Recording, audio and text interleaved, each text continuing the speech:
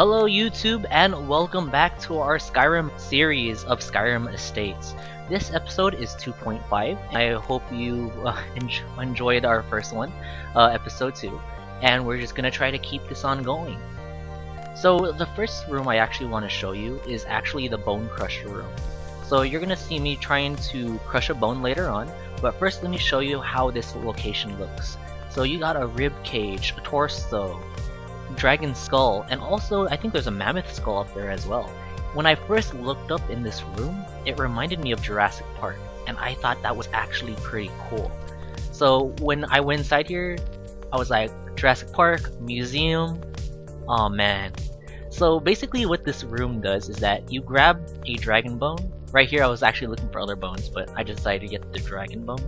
So I decided to get the dragon bone, put it inside here, and crush it.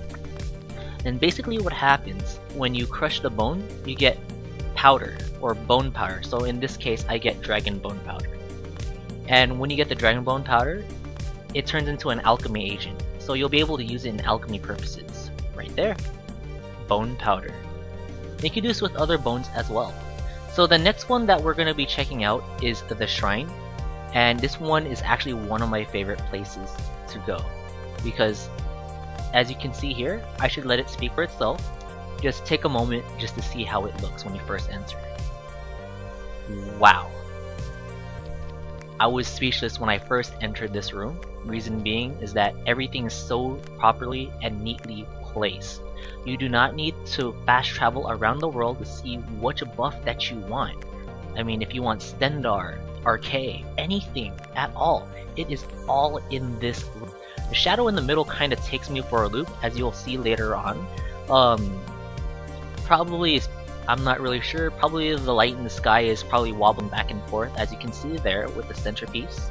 I have a feeling the centerpiece is actually the energy core of this room, and I think it puts it well together.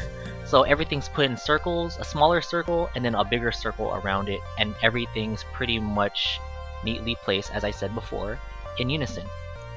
And I just actually love how this guy put the power core in the middle. It's like all these stones is powered by one, or it's like the center of the earth or something.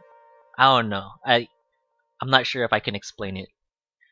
Like, the divines surround the earth, which is us? I have no clue. Oh wait, this is not earth? What am I talking about? Anyways, the next one is the throne room. This is actually probably my second favorite room. Though there's not much to do inside this room, I just had a lot of ideas once I went inside here. So first off, the room is dark and it will light up later on. So as you can see, I'm just walking my way up here, taking a seat. Whoa, everything turned on right away.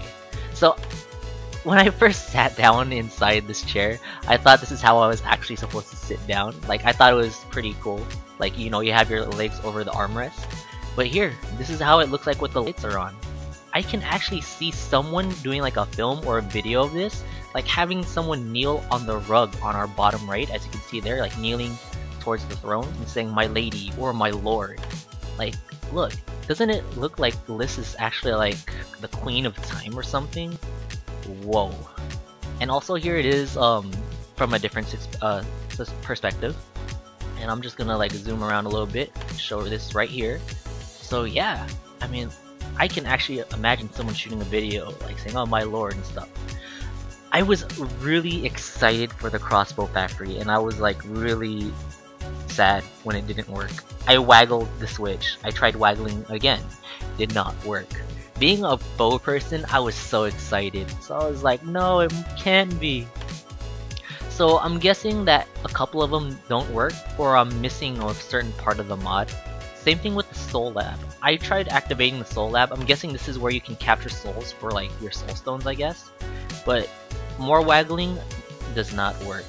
And also, like, if you waggle too much, it kind of froze me a little bit, because I think it was trying to like open a file or something. I have no clue, but it all ended like later on as I tried to, like, you know, spaz out on it, and still more waggling does not open. So we're gonna go to a room that actually works, at least for me. the atriarch room. That's how I call it, atriarch. I hope I'm saying it right. Excuse me, I'm sorry. And basically what this room is that this is where you get your fire salts, your frost salts, and your earth salts. I think you call it earth salts. Excuse me if I'm wrong. So basically what happens here is that there are 3 switches, or 3 levers I should say. The left one will summon the fire one, the middle one will summon the frost one, and the right one will summon the thunder one. So you can get your salts here just easily. You don't have to go out hunting for these certain NPCs just to get like 1 ingredient for a quest or such. You can just kill like 10 of them here. I know there's that pure fire salts quest over in Riftman that you can use here. This place kind of scared me at first. This is going to be the forge room. Like, the reason why it scared me is because of this guy. There's multiple of them. I thought they were going to turn alive. And next you got your plaques. They're on the walls. And here's the forge room itself. I thought this was pretty cool. It reminded me that there was an eye in the center. Like, it reminds me of like one of those portal robots. I was like, oh man. Or this reminds me of kind of like a submarine also. So everything is neatly placed like in about half a circle. So you have your workbench, your grindstones, your forge, your smelter. And I want to show you the smelter from a farther perspective later on. So I think it was pretty cool what's on top of the smelter and how it was made. And this is where pretty much all your forging needs and for your armors and weapons and also your accessories are going to be made, or if you make them yourself. Or you can console command it, your choice. And to our right, you'll see there are barrels where you can put your materials as well, and also a tanning rack for your leather needs. All put together one spot for easy access. And as you can see on top of the smelter, it looks like there's hot magma being pumped into the smelter, which I thought was really, really cool. It's like, I would like to say, a fine piece of Dwarven technology, how they would normally smelt it, like using the heat from the engine that powers the location. Oh man, that would be cool. So basically, this room next is going to be your magic needs, pretty much.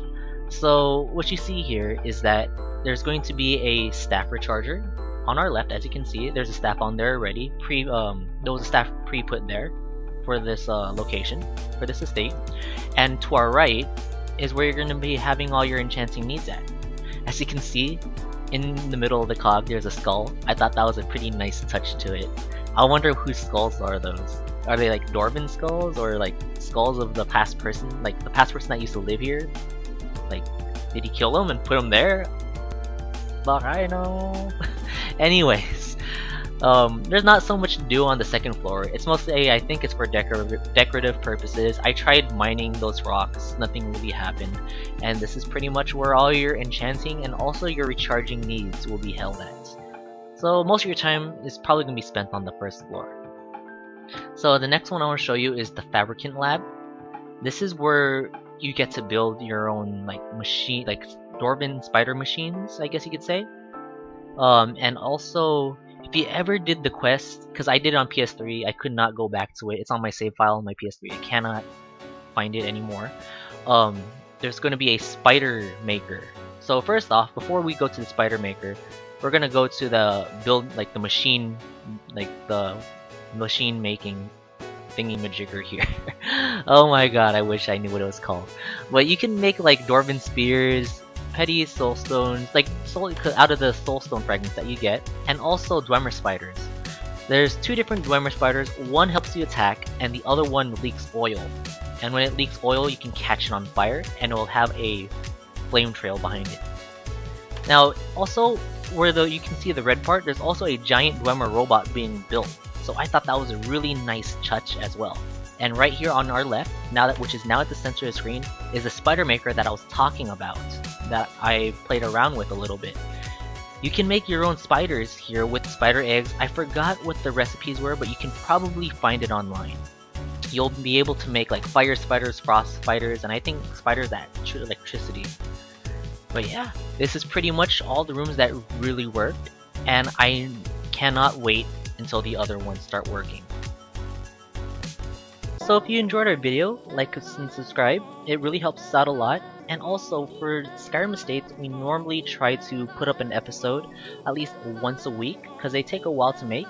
And as well, you can check it out when it's up at the next episode button, which is located at the top left. And while you wait, you can check out our other content as well, which is being shown at the top middle of the screen where it says enjoy our other content. And if you're interested in any of the music that is in this video, all music is made by Sirius Beat TV. And it's royalty free, so you should check it out. Check out his site. You can find it next to the Facebook and Twitter button, which is located below. So if you're interested, check out his site. I totally recommend it. Thanks for your time and have a great day.